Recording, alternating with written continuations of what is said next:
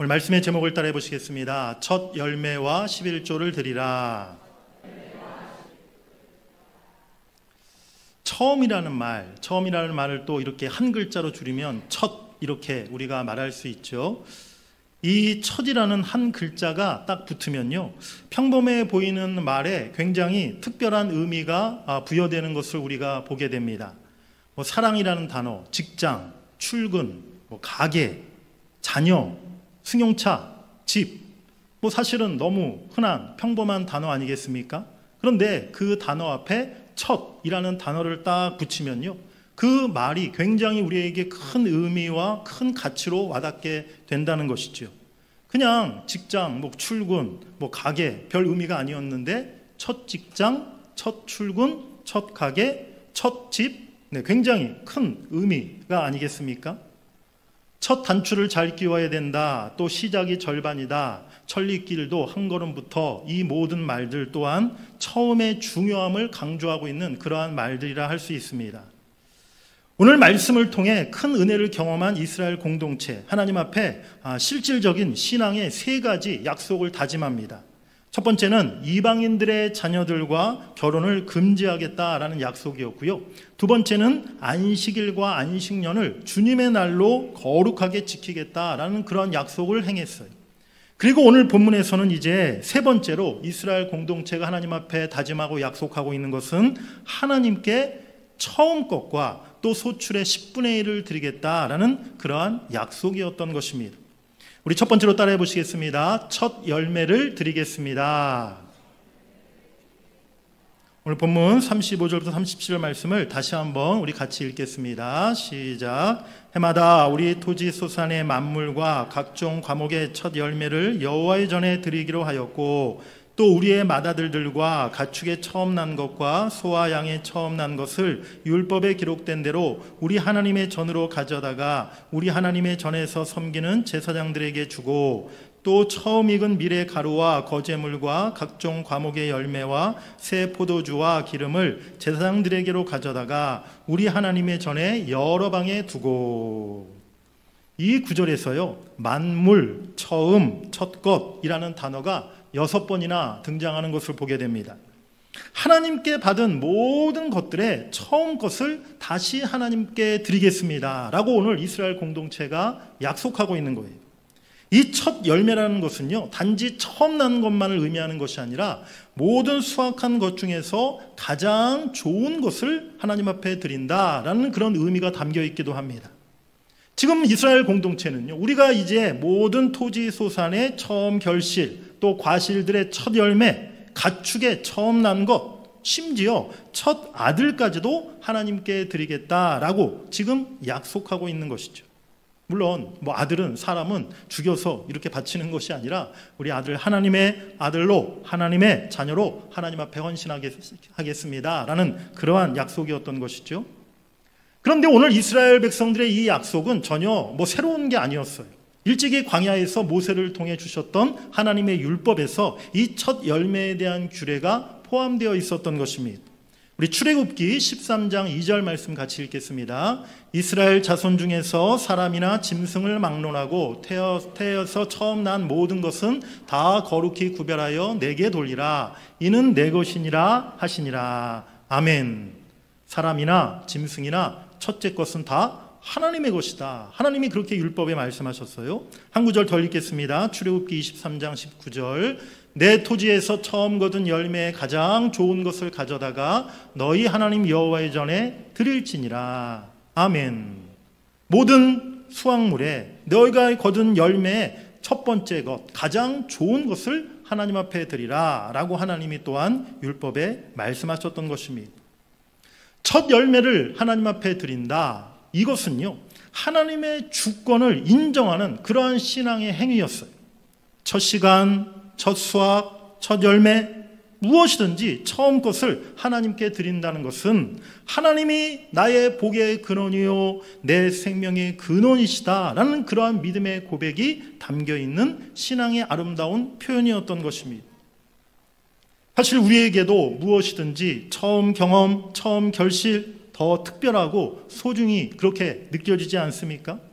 농부가 농사를 지어 얻은 첫 곡식을 그들이 농부가 수확했을 때 얼마나 그 첫 곡식이 기쁘겠습니까?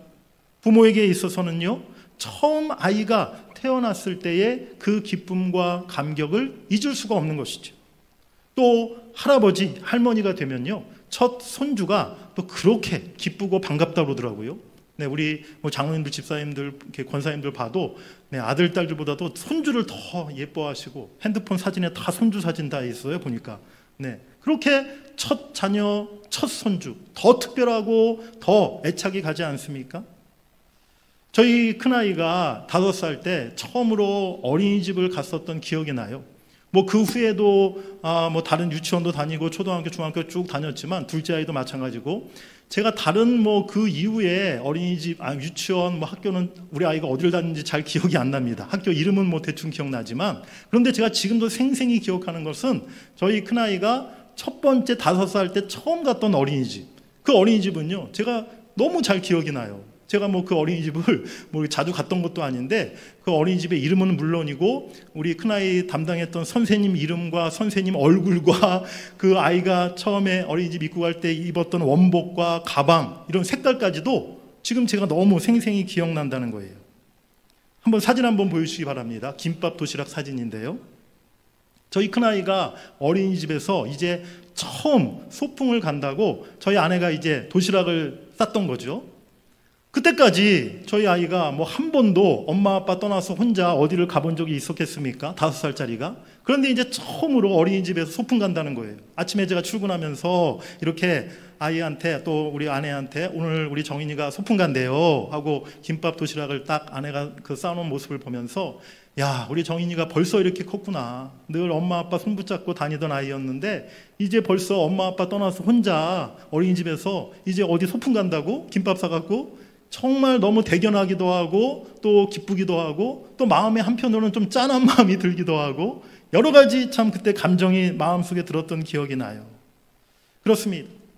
우리에게 참 처음 이것이라는 것은요, 또 첫 번째 어떤 우리가 경험했던 일들은요, 평생에 잊혀지지 않고 우리에게 더 특별한 의미와 특별한 기쁨으로 우리 마음에 오래오래 남는다는 것을 우리가 경험하게 돼요.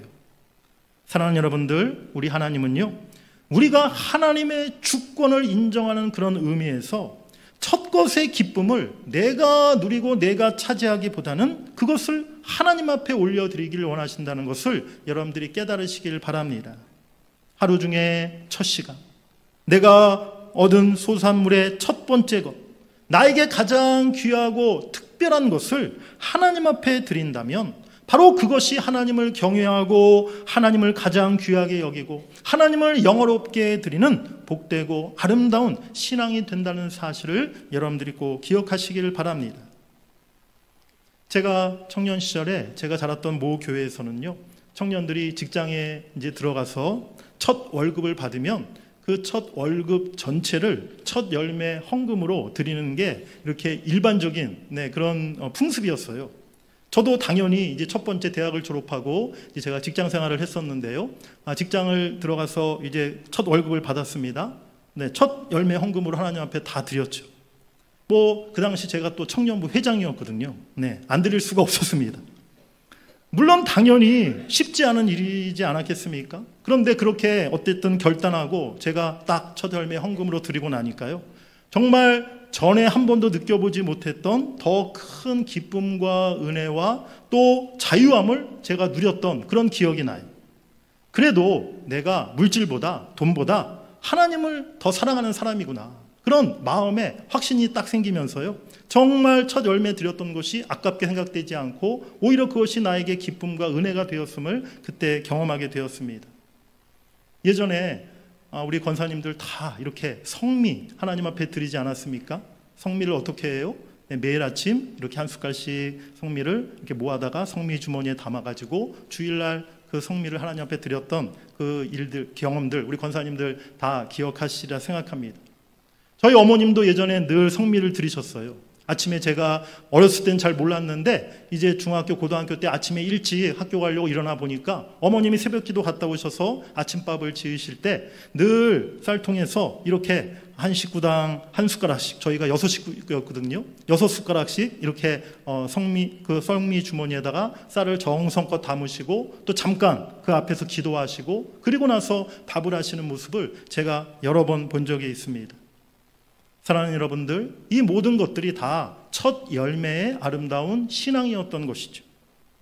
바로 나의 모든 소출과 내 소유가 다 하나님으로부터 왔다는 믿음의 고백이라는 것입니다. 그리고 나의 가장 소중한 것을 하나님 앞에 감사함으로 드리겠다는 헌신의 표시가 바로 첫 열매라는 사실을 여러분들이 기억하시길 바랍니다. 사랑하는 여러분들, 하나님 앞에 드리는 예물은요, 내가 쓸 것 다 쓰고 나서 남는 거 드리는 게 아니라는 거예요. 내 먹을 것 다 먹고 나서 남으면 하나님 앞에 드리는 것이 결코 아니라는 것입니다. 먼저 하나님 앞에 드릴 것을, 처음 것을 떼어놓고 그리고 나서 남은 것을 내가 사용하는 것이 바로 올바른 신앙의 생활의 모습이라는 것을, 그것이 원칙이라는 것을 여러분들이 꼭 깨달으시길 바랍니다. 물질에 많고 적음이 문제가 아니에요. 금액이 얼마냐가 중요한 것이 아닙니다. 우리의 믿음, 진심이 담긴 감사의 마음, 또 하나님은 우리의 중심을 보시는 줄 믿습니다. 사랑하는 여러분들, 지금 혹시라도 내 형편이 너무 어렵다고 해서 하나님 앞에 드리는 것을 여러분들이 중단하지 마시길 바랍니다. 농부는요, 아무리 배가 줄여도 종자씨를 절대 먹지 않는다고 그래요. 우리가 처음 것을 하나님 앞에 드릴 때에 하나님께서 나머지 우리의 모든 삶을 채워주시고 책임져 주신다는 사실을 여러분들이 믿으시길 간절히 바랍니다. 우리 두 번째로 따라해 보시겠습니다. 11조를 드리겠습니다. 오늘 두 번째로 이스라엘 공동체는 하나님 앞에 이제 11조에 대한 약속을 또 다짐합니다. 우리 37절과 38절 말씀을 같이 함께 읽겠습니다. 또 우리 산물의 11조를 레위 사람들에게 주리라 하였나니 이 레위 사람들은 우리의 모든 성읍에서 산물의 11조를 받는 자임이며 레위 사람들이 11조를 받을 때에는 아론의 자손 제사장 한 사람이 함께 있을 것이요 레위 사람들은 그 11조의 10분의 1을 가져다가 우리 하나님의 전 곳간에 여러 방에 두되. 아멘. 11조도 마찬가지로 하나님께서 율법에 이미 명하신 규례였어요. 그렇다면 하나님은 왜 이스라엘 백성들에게 이 11조를 요구하셨던 것일까요? 여러분, 우리가 잘 알고 있겠지만 우리 하나님은요, 절대로 어떤 물질이나 돈이 필요하신 분이 아니라는 사실입니다. 물질이 없어서 하나님이 우리에게, 하나님의 백성들에게 11조를 요구하시고 헌금을 요구하시는 분이 결코 아니라는 것이죠. 하나님은 이 세상의 모든 것을 지으시고 다스리시는 분이시고 우주 만물의 주인이신 분이신데 무엇이 필요하고 무엇이 부족한 게 있으시겠습니까? 이 세상의 모든 것의 주인 되신 하나님께서 우리에게 11조와 예물을 요구하시는 이유, 여러분들이 세 가지를 꼭 기억하시길 바랍니다. 첫 번째는요, 하나님의 은혜에 대한 믿음과 사랑의 표현이라는 거예요. 우리 따라해 보시겠습니다. 하나님 은혜에 대한 믿음과 사랑의 표현입니다. 우리 모두가 예수 그리스도의 보혈로 거듭난 하나님의 자녀 아닙니까? 또한 우리는 하나님께 속한 하나님의 백성인 줄 믿습니다. 하나님은 우리의 삶 가운데, 우리의 신앙생활 가운데 이러한 정체성을 나타내 보이기를, 그런 믿음을 표현해 보이기를 하나님은 원하신다는 거예요. 11조를 비롯한 모든 헌금은요, 바로 이러한 믿음의 표현이라는 것이죠. 나는 하나님의 것입니다. 라는 그러한 신앙의 고백이고요. 오늘 내 삶에 주어진 모든 것이 다 하나님의 은혜입니다. 라는 그러한 감사의 고백이라는 사실을 여러분들이 깨달으시길 바랍니다. 수입의 10분의 1을 하나님 앞에 드리는 11조, 이것은요, 내 전부가 다 하나님의 것이다 라는 고백이라는 거예요. 10분의 1만 하나님의 것이고 나머지 10분의 9는 내 것이다 라는 그런 게 아니라 하나님이 나의 모든 것 되십니다. 내가 지금 얻은 모든 소출, 나의 모든 소유, 이것이 다 하나님께로부터 온 것이요 하나님이 나에게 주신 그런 축복입니다. 이런 믿음으로 우리가 하나님 앞에 11조를 드리고 또한 예물을 드려야 될 줄 믿습니다. 두 번째는요, 공동체와 이웃에 대한 사랑의 실천이라는 것이죠. 또 따라해 주세요. 공동체와 이웃에 대한 사랑의 실천입니다. 11조와 헌금을 누구에게 드리는 것입니까? 네, 여러분, 11조를 누구에게 드려요? 네, 하나님께 드리는 것이죠. 하지만 실질적으로, 현실적으로는 그 여러분들이 드리는 11조와 헌금이 어디에 사용됩니까?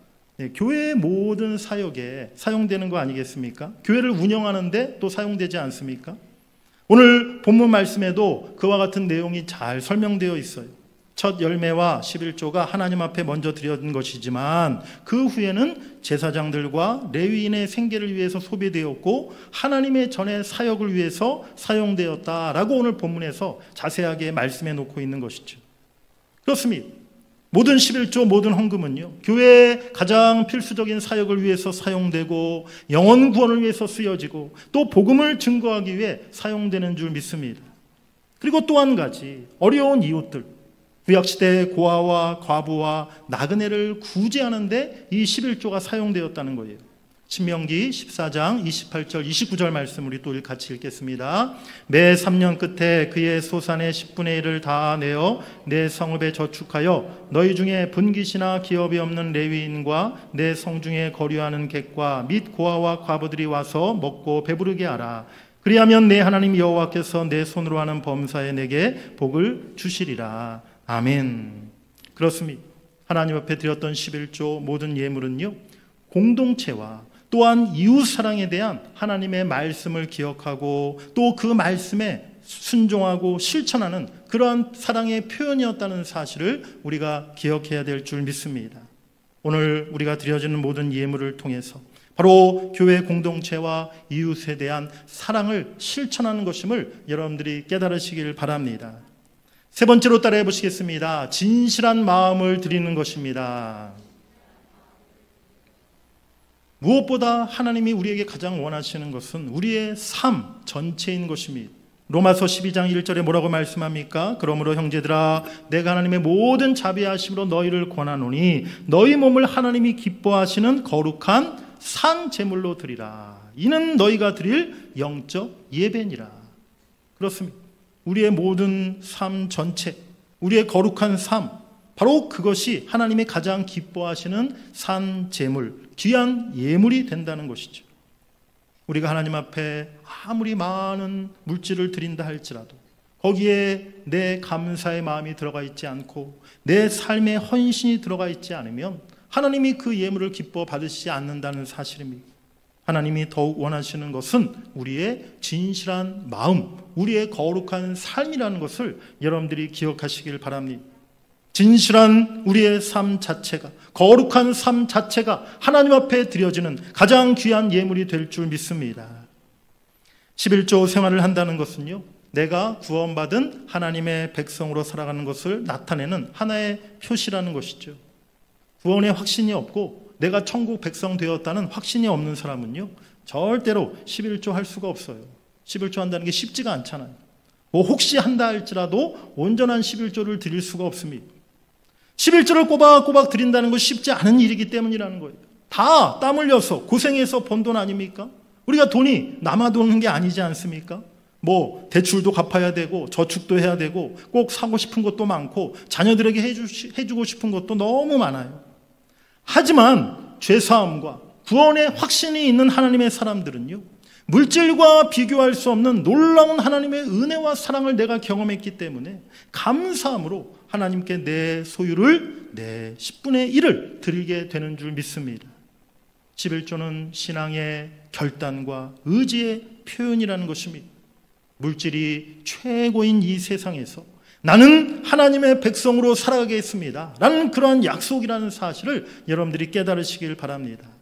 이 같은 마음의 중심으로 늘 하나님 앞에 기쁨으로 11조 하실 수 있는 여러분들이 되시기를 간절히 바랍니다. 우리 세 번째로 따라해 보시겠습니다. 믿음과 사랑으로 드리는 예물. 하나님께서 첫 열매 감사 예물 또 11조를 중요하게 보시는 이유는요, 이것은 믿음이 없으면 못하고 사랑이 없으면 할 수 없는 것이기 때문이라는 것입니다. 여러분 꼭 기억하시기 바랍니다. 첫 열매 헌금도 11조도 결코 어떤 구약의 율법이 아니라는 거예요. 우리가 지금 구약 시대를 살아가고 있는 것이 아니잖아요. 우리가 이 헌금을 드리는 것은 하나님에 대한 믿음과 사랑으로 드린다는 사실을 여러분들이 기억하시길 바랍니다. 어디까지가 첫 열매입니까? 11조의 기준은 과연 무엇입니까? 네, 가끔 이런 것들을 묻는 분들이 계세요. 제가 여러분들에게 11조에 대한 퀴즈를 몇 가지 한번 내보겠습니다. 여러분들 마음속으로 한번 어느 게 맞는 건지 답을 한번 말씀해 보시기 바라요. 첫 번째, 장사를 하시는 분들, 장사를 할 때 11조가 한 달 매출의 10분의 1인가 아니면 모든 경비를 다 인건비, 경비 다 제외한 순수익의 10분의 1을 드리는 것인가? 네, 답이 뭡니까? 네, 두 번째, 직장인들이 11조를 할 때 월급 봉투를 보면요. 저도 옛날 지자생활 때 월급 봉투 받아봤지만 세전 금액이 있고 세후 금액이 있어요. 공제 전 금액이 있고 실수령액이 있어요. 둘 중에 어떤 금액의 10분의 1을 드려야 맞는 것입니까? 네, 직장 다니시는 우리 성도님들 한번 마음속으로 답을 생각해 보시기 바랍니다. 세 번째, 아빠 월급에서 이미 아빠가 11조 드렸는데 아들이 아빠에게 받은 용돈에 11조를 또 해야 되는 것입니까? 그럼 이중으로 11조 하는 건데요. 여러분 다 답이 무엇이라고 생각하십니까? 네, 답은요, 믿음과 사랑으로 판단하십시오. 네, 이게 답이라는 거예요. 기준이 있는 게 아닙니다. 우리 교단 헌법에도 그런 기준은 없고요. 성경 어디에도 그런 기준은 없어요. 내 믿음대로 내가 하나님을 사랑하는 마음으로 내가 드리면 그것이 하나님이 기뻐 받으시는 예물임을, 11조임을 여러분들이 오늘 이 시간에 기억하시길 바랍니다. 우리가 가족들에게 선물할 때, 아내에게 또 자녀들의 생일날 선물할 때 얼마까지 해야 되는 것입니까? 어느 정도 기준으로 해야 되는 것입니까? 우리 남편이 아내들에게 생활비를 줄 때 어느 정도 주면 딱 맞는 것입니까? 정해진 무슨 금액이 있습니까? 기준이 있습니까? 그냥 믿음만큼, 사랑하는 만큼, 또 내가 기쁨으로 할 수 있는 그 분량만큼 우리가 하는 거 아니겠습니까? 그렇습니다. 우리가 하나님 앞에 드리는 모든 예물, 특별히 11조는요, 어떤 계산기 두들겨가지고 10원까지 딱 맞춰서 드리는 그런 것이 아니라 우리가 하나님을 향한 믿음으로 하나님에 대한 은혜에 대한 사랑으로 드리는 것임을 여러분들이 꼭 기억하시길 바랍니다. 11조가 금액이 커지면 커질수록 마음이 불편해질 수 있어요. 어떤 청년 형제가요, 11조 설교를 듣고 11조를 드리기로 결심했습니다. 처음 드렸을 때 한 달 용돈인 10만 원에서 10분의 1, 만 원을 하나님 앞에 11조 드렸어요. 적은 액수였기 때문에 별로 그렇게 어렵지 않게 기쁜 마음으로 11조를 드릴 수 있었습니다. 시간이 흘러서 이 청년이 대학을 졸업하고 이제 창업을 하게 돼서 작은 회사의 대표가 되었어요. 한 달에 1,000만 원의 수입을 거두게 되었습니다. 그런데 이 1,000만 원의 수입을 걷고 나니까 100만 원 11조 드리는 게 너무 이게 힘든 거예요. 목사님을 찾아왔습니다. 목사님, 제가 앞으로 11조 지금까지 잘 드려왔는데 이제 제가 사실 11조 드리기가 너무 부담이 되고 이 100만 원이라는 금액 그 앞으로는 더 이상도 드려야 될 것 같은데 사실은 제가 감당하기가 어렵습니다. 어떻게 해야 될까요? 라고 이 청년이 목사님에게 질문했어요. 목사님이 웃으시면서 그래, 11조를 계속해서 부담스럽게 여기지 않고 아깝지 않게 쉽게 낼 수 있도록 내가 너를 위해서 기도해 줄게. 하나님, 이 형제가 11조를 아까워하지 않고 기쁨으로 드렸던 그때처럼 한 달에 10,000원만 11조 할 수 있게 해 주시옵소서. 그렇게 기도해 줬다는 거예요. 여러분, 11조를 우리가 많이 드린다는 것 곧 어떤 의미인가요? 이전보다 하나님께서 나에게 더 큰 은혜와 복을 주셨다는 거 아니겠습니까? 옛날에 내가 10,000원 11조 드렸는데 지금 100만 원 11조 드릴 수 있게 되었다? 이것이 안 좋은 일입니까? 부담스러운 일입니까? 우리가 그렇게 안 됐으면 좋겠다. 여러분 그렇게 생각하십니까? 하나님께서 더 귀한 은혜와 복을 주신 거 아니겠습니까? 첫 열매, 감사, 또 11조에 대한 예물, 하나님께서 우리에게 법으로 우리를 얽매이기 위해서 주신 것이 아니라는 사실을 여러분들이 기억하시길 바랍니다. 이스라엘 백성들이 가나안 땅에 들어가기에 앞서서 하나님께서 무슨 이스라엘 백성들 군기 잡으시기 위해서 이러한 율법을 주신 것이 아니었다는 거예요. 하나님에 대한 믿음과 사랑을 보이라는 것이죠. 너희들이 나의 주권을 믿고 나를 경외하고 나를 사랑하면 가나안 땅의 모든 것을 다 너희에게 주겠다. 바로 이것이 하나님의 약속이었음을 여러분들이 깨달으시길 바랍니다. 사랑하는 여러분들, 첫 열매 감사 11조를 요구하신 하나님의 진짜 속마음은요, 이스라엘 백성들에게 또 오늘 우리에게 더 큰 복을 주시려는 것임을 여러분들이 기억하시길 바랍니다. 우리 성경 구절 두 구절 읽어보시겠습니다. 잠언 3장 9절 10절 읽겠습니다. 내 재물과 내 소산물의 처음 익은 열매로 여호와를 공경하라. 그리하면 내 창고가 가득히 차고 내 포도즙 틀에 새 포도즙이 넘치리라. 아멘. 우리 말라기 3장 10절 읽겠습니다. 만군의 여호와가 이르노라. 너희의 온전한 11조를 창고에 들여 나의 집에 양식이 있게 하고 그것으로 나를 시험하여 내가 하늘문을 열고 너희에게 복을 쌓을 곳이 없도록 굳지 아니하나 보라. 아멘. 하나님이 우리에게 11조와 첫 열매와 또 귀한 예물을 우리에게 명하신 이유, 그것은요, 하나님이 우리에게 더 큰 은혜와 복을 주시기 위함이라는 것을 여러분들이 잊지 마시길 바랍니다. 오늘 본문의 마지막 39절, 이스라엘 공동체가 이제 마지막으로 결론으로 하나님 앞에 선언하고 약속합니다. 39절 하반절에 보니까 뭐라고 이스라엘 공동체가 함께 외칩니까? 그리하여 우리가 우리 하나님의 전을 버려두지 아니하리라.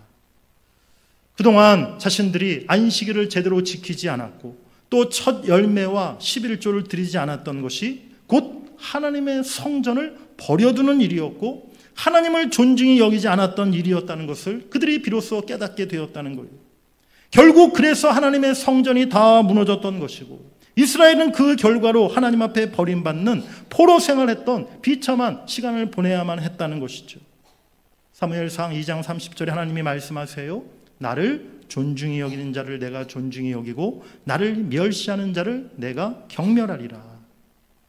하나님의 시간을, 하나님의 날을 거룩하게 구별하여 하나님 앞에 드리고 또 하나님의 것을 하나님 앞에 구별하여 드리는 사람이 하나님을 경외하고 하나님을 존중히 여기는 사람이라는 것을 여러분들이 기억하시길 바랍니다.